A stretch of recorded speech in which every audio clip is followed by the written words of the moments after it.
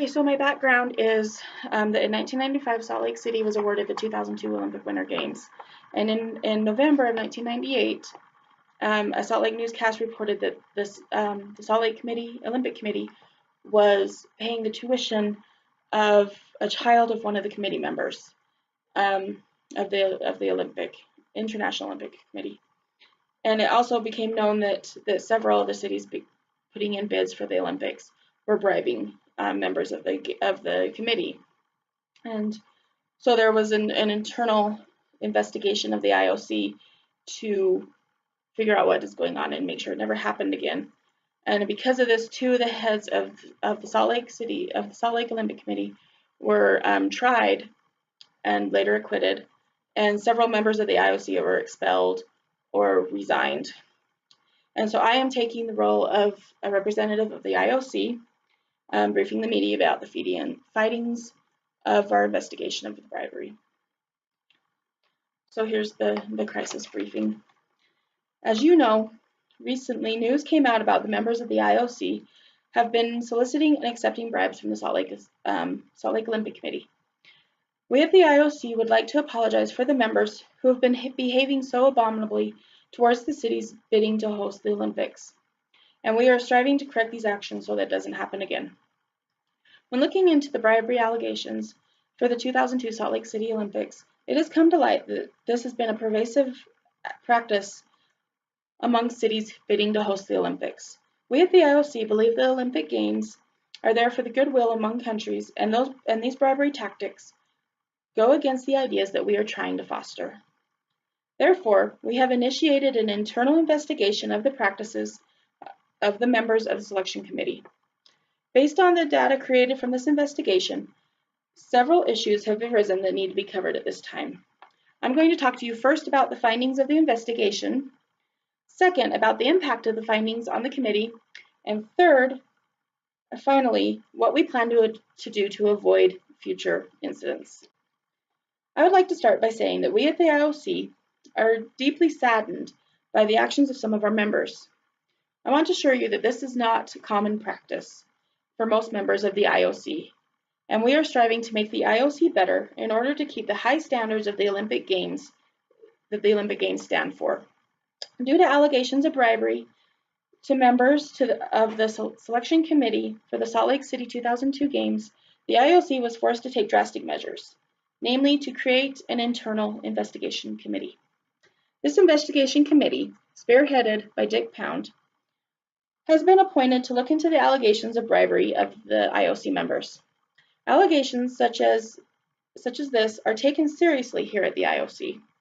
The Salt Lake Committee allegedly diverted the income of the bid committee by giving money and other material benefits to influence IOC members to vote for Salt Lake City to host the Winter Olympics. Also, members of the Salt Lake Olympic Committee allegedly directed a supplier to make a series of payments to the board members in cash so that the payments would not appear on the books and could be used for their own personal purposes. So during our investigation of the alleged bribes for the Salt Lake Committee, we found the allegations to be true. These types of bribes have been happening for the last several years in different Olympic cities, including but not limited to Atlanta, Nagano, and Sydney.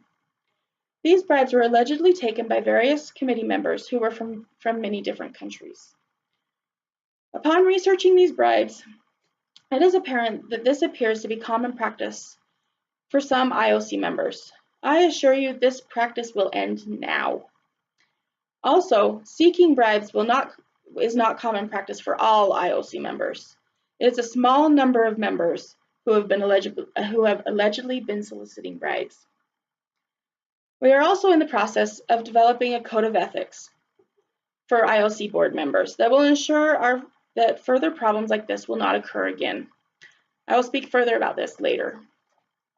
As a result of the investigation into the IOC, 3 members have resigned, 6 members have been expelled, and another 11 members have been reprimanded. The 3 members who resigned are Perjo Hagman of Finland, Bashir Mohammed Aderbulsi of Libya, and David Sibwanze of Swaziland.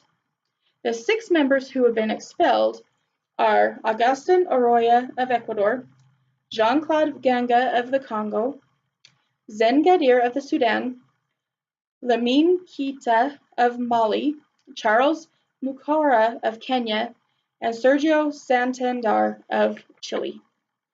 Some of the bribes that the Olympic Committee allegedly paid included: they made direct and indirect payments of money and other things of substantial value.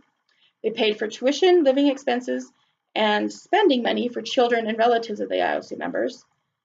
They paid for medical expenses for IOC members and their relatives. And they paid for personal and travel expenses of IOC members and their relatives. I assure you, this is not acceptable practice for the IOC, and we are doing everything we can to rectify these actions. As mentioned above, we at the IOC pride ourselves on keeping our high standards, so we have developed a new code of ethics. And the new code of ethics in Article 3, it states, the Olympic parties or their representatives must not, directly or indirectly, solicit, accept, or offer any form of remuneration or commission, nor any concealed benefit or service of any nature connected with the Olympic Games. The Code of Ethics continues in Article 4, saying only tokens of consideration or friendship of nominal value, in accordance with prevailing local customs, may be given or accepted by the Olympic or third parties. Such tokens may not lead to impartiality and integrity of the Olympic parties being called into question. Some people may believe that the IOC is completely corrupt and that bribery is a common practice. However, as soon as this problem came to our attention, we dealt with the situation. We are striving to make the IOC better for cities and countries involved. The IOC is committed to having a fair bidding process so that all countries can have the ability to participate in all aspects of the Olympics, not just those countries who can pay exorbitantly for the bidding process. Today, I have explained the stance of the IOC in the Salt Lake bribery scandal. I have outlined what the IOC has been doing to correct the situation and the plans we have here at the IOC have put in place to make sure such a thing never happens again. We appreciate your patience as we take care of this matter. I encourage everyone to continue watching the Olympic Games. Please do not let the decisions of a handful of people affect the thousands of athletes competing in these games that are meant to foster goodwill between countries. Thank you.